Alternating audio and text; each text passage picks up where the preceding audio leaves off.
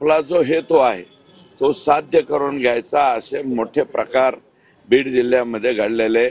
त्यातलं एक प्रकरण महादेव ॲपच्या बाबतीतलं आहे आणि माझ्या मतदारसंघातलं एक टोकाचं गाव आहे टेंभुर्णी।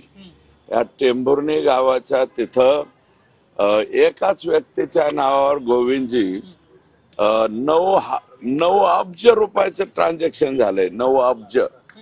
आता तुम्ही म्हणता 100 कोटीच्या वरती घोटाळा झाला तर ईडीची चौकशी लागली पाहिजे। तर 9 अब्ज रुपयाचं जर ट्रान्झॅक्शन एका सिंगल पर्सन वरती झाला असेल बीड जिल्ह्यामध्ये तर याच्यावरती कोणत्या यंत्रणेने हे तपासलं पाहिजे हे तुमचं उत्तर तुम्हीच द्या। एवढ्या गंभीर प्रकरणामध्ये तिथं काम करणारे 2 अधिकारी होते। मी काय नावं इथं सांगू शकत नाही। मी SP साहेबांना ते नावं सांगितली की ह्या 2 लोकांचे हे एवढं मोठं घबाडाचं एका व्यक्तीवरच्या नावावरती 9 अब्ज म्हणल्यावर असे बाकीचे बरेचसे लोक आहेत। म्हणजे अब्जावधी रुपयामध्ये घोटाळा हा महादेव ॲपच्या माध्यमातून बीड जिल्ह्यामध्ये झालेला आहे आणि त्याच्यावरती चांगले काम करणारे अधिकारी बाहेर काढले गेले आणि जे निष्क्रिय अधिकारी आहेत आणि आम्ही सांगू तेच करू आणि मग त्यांनी एवढ्या मोठ्या या घटनेमधल्या आरोपींचे जामीन करून देणे, त्यांना सहकार्य करणं, काही आरोपींची आणि त्याची लिंक मलेशियापर्यंत जाते थेट। अशा गंभीर गुन्ह्यामध्ये सुद्धा अतिशय चुकीचं वागणारे पोलीस इथं ठेवलेत।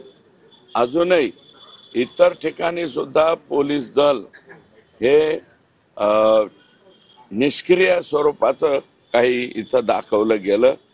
दुसरी गोष्ट अशी आहे की मी आज माझं लेखी पत्र दिलंय, बीड जिल्ह्यातील पोलीस दलाच्या पोलिसांची यादी मला द्या आणि त्याच्यामध्ये ती यादी देत असताना बिंदू नामावलीप्रमाणे बीड जिल्ह्याच्या पोलिसांची संख्या बिंदू नामावलीप्रमाणे आहे का आणि नसेल तर याच्या बाबतीमध्ये हा अन्याय आहे, ही चूक आहे, हे मी राज्य सरकारच्या लक्षात आणून देईन आणि त्याच्यावरती जी ऍक्शन घ्यायची ती राज्याचे मुख्यमंत्री घेतील। उद्या मोर्चाच्या संदर्भामध्ये जो तुम्ही आरोप करताय कुणी त्यांना अभय दिलं, असे अधिकारी जर नेमले असतील तर ते कुणी नेमले आणि त्या नेमण्यामागे उद्देश काय असतो? कुणीतरी याच्या पाठीमागे सुद्धा तिथे जसं आका आहे, आका सोडून कोण असायचं यांच्या पाठीमागे? आकाच बीड जिल्ह्यातलं कोणतंही प्रकरण घ्या त्याच्या पाठीमागे आका।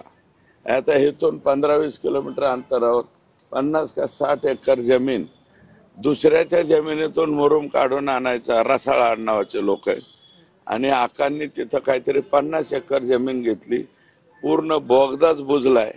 जर सवळ मिळाली तर हे कॅमेराने ते घेऊन जाते तर हे गोरगरीब म्हणते अरे आमची जमीन आहे, आमच्या जमिनीतून नेऊ नका, तरी सुद्धा बळजबरी गँग्स ऑफ वाशेपूर उभा करून इथं फिलिंग झालंय। इथून 22 किलोमीटर आहे ना मांजरसुंबा, तर तिथं 22 किलोमीटर मध्ये कॅमेरे घेऊन जा, आकांची कोणाच्या नावावर किती एकर जमीन आहे तिथं बघा। सिमरी पारगाव तालुका माजलगाव का काय आहे तिथं किती आहे तिथं जाऊन बघा। आणि शिरसाळाला माननीय पंडितांनांचं नाव दिलंय, कशाचं? MIDC नाही, मार्केट कमिटीने गाळे बांधलेत। 3 वर्ष झालं। तुम्ही परळीला जाता येत असताना, परळीचा तुमचं पर्यटन भरपूर असतंय, मी माहिती आहे मला, जाताना उजव्या बाजूला जे गाळे बांधकाम केलंय 3 वर्षापासून गाळे बांधकाम होऊन पूर्ण आहे। हा, तर तुम्हाला सांगतो उद्घाटन का व्हायना त्याचं, त्या गाळ्यांचं उद्घाटन का व्हायना का? त्याचं कारण असं आहे की ते सगळे गाळे हे गायरान जमिनीवर बांधले गेलेले आहेत आणि जी गायरान जमीन त्यांना दिलेली आहे मार्केट कमिटीला ती कुठे आहे? बार्शी नाक्यावर। आणि यांनी हे जे गाळे बांधलेले हे कुठे?